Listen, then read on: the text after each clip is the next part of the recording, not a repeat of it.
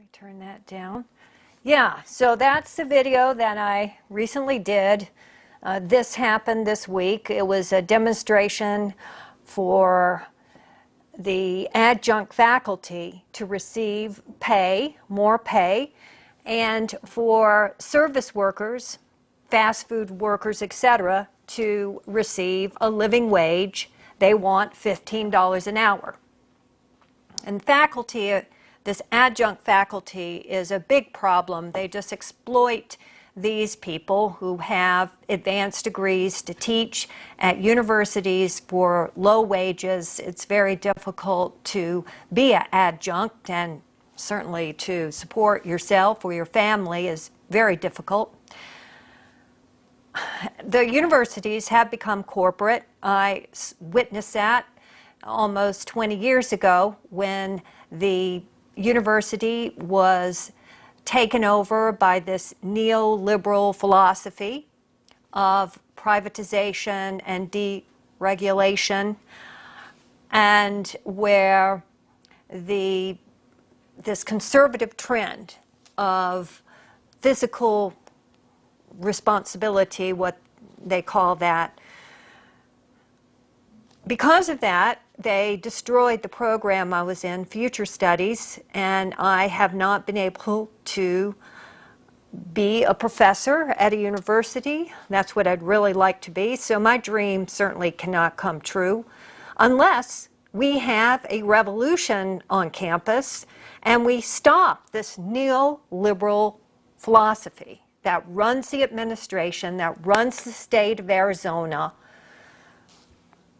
and kick these people out and rethink what education is, especially with the internet and with young people learning through television, through radio, through media, through the internet. That's how people are learning.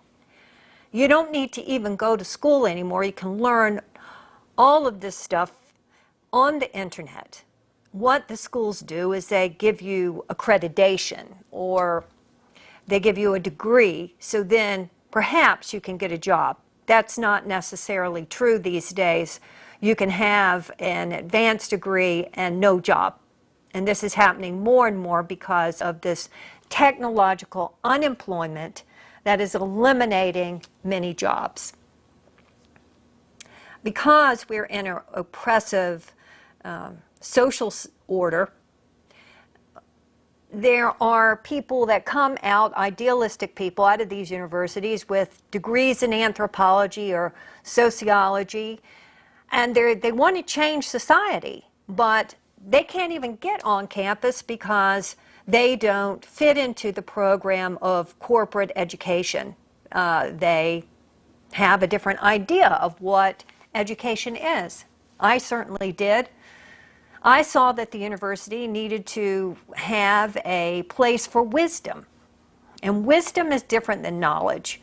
Wisdom is a collective understanding of what we need to do in order to survive on this planet. Because right now, we're not surviving very well.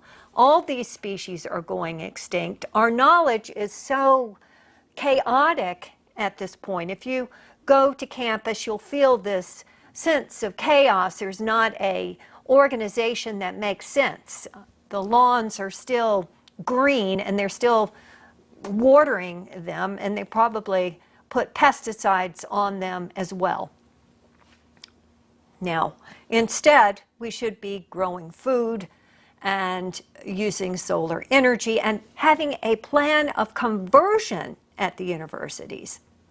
Now, my idea is that how we would take over the universities is, first of all, there needs to be massive demonstrations on campus. The students need to get out there and occupy the university and demand that it go solar, shut down the coal industry or natural gas or whatever is running that thing, switch over the energy to solar, and then to examine what we need to build in order to house people in sustainable ways.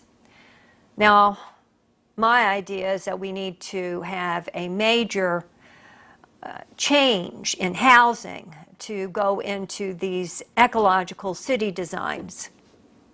Tucson is not an ecological city. It's not sustainable. We're running out of water. I've just went to several lectures. The University of Arizona is not conserving water. It doesn't have a long-term plan for how we can use our water so that we can have a long-term civilization here.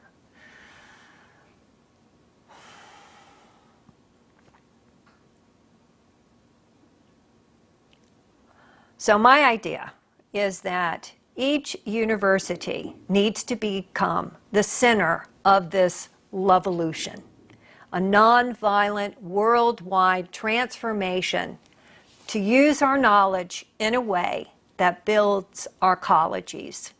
That's a word coined by Dr. Paula Soleri, an architect who attempted to build a prototype arcology in Arizona. It hasn't worked out, and I think the reason why is because he didn't have the knowledge base and the student base to make it happen. This is a big project. It needs an administration to do it.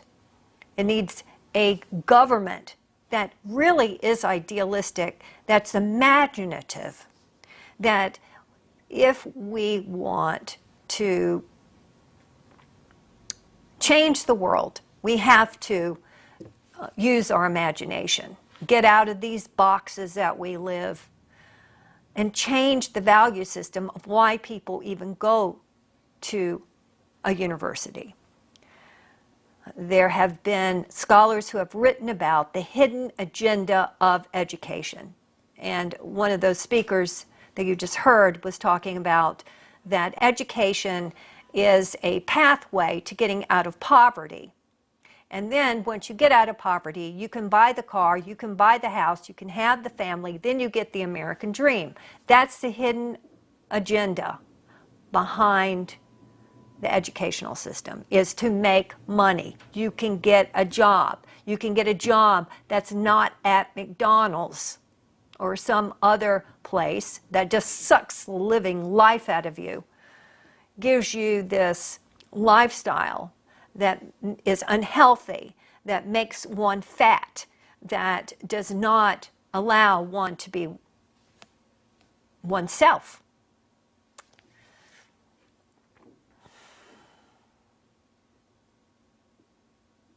So each university needs to have a core of futurists, like myself, a Department of Future Studies.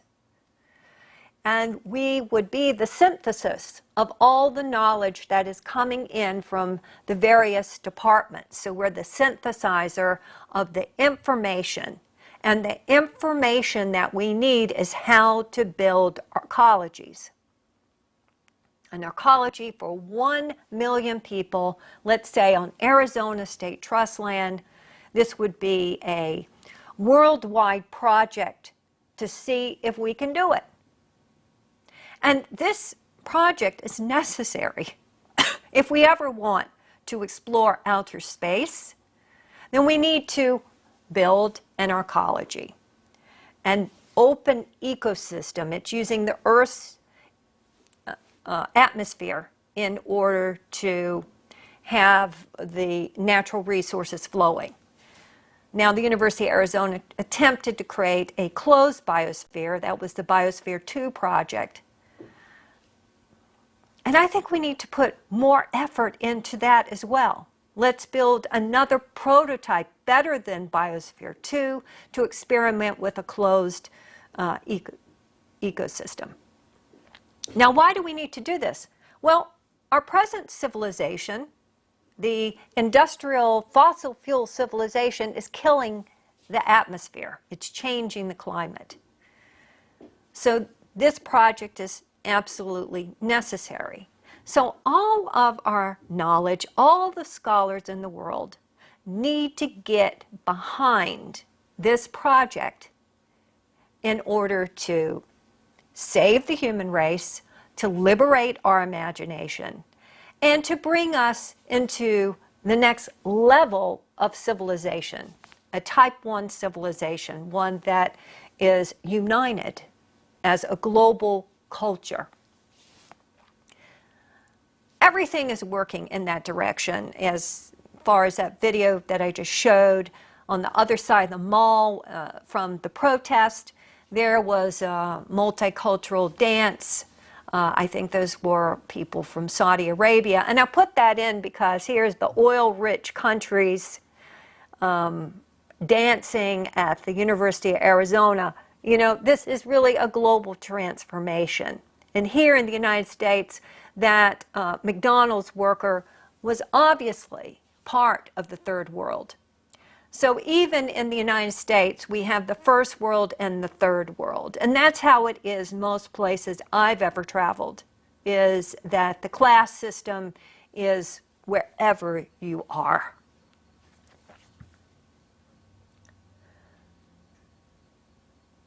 I really hope that the students can comprehend this message. I'm making it as good as I can. I'm continuing to work on this vision because I still believe in it. After all these years, I've been an idealist since I was 20. And the ideas continue to inspire me and to lead me forward. And I hope that this generation will be inspired to actually build our ecology, but it will not happen unless we take over the universities with a wisdom that future studies can bring us. So I want to thank everybody for watching my video, for being here, and to the psychically supporting me. Thank you, Access Tucson. You're still here, still with us. Thank you.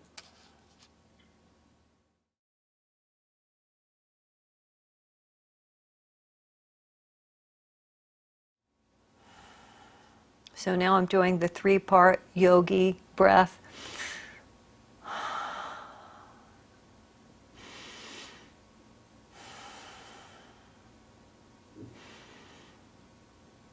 To do this, put your hands on your belly and allow the oxygen to fill your lower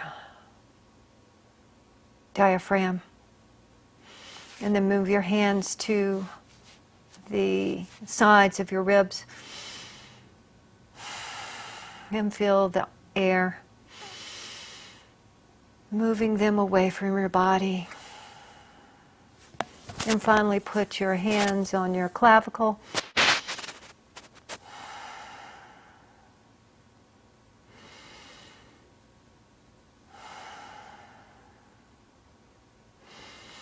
And then putting them all together is the 3-part yogic breath.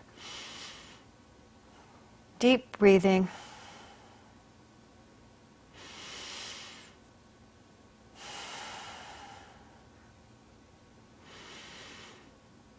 And as we get in touch with our breath, we get in touch with that divine essence of the external world coming into our bodies.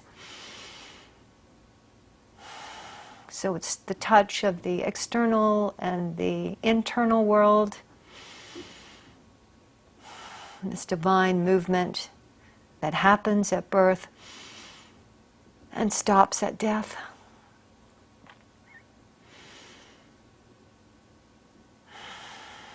As 80% of our energy comes in through oxygen, this resource that is created through plants and the carbon cycle.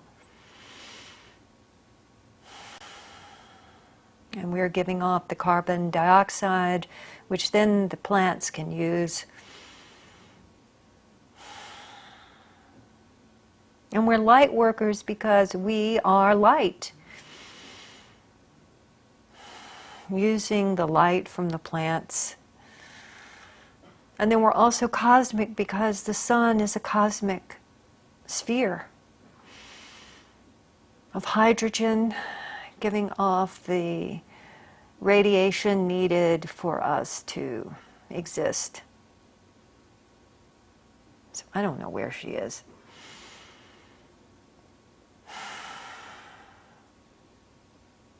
I guess it's over.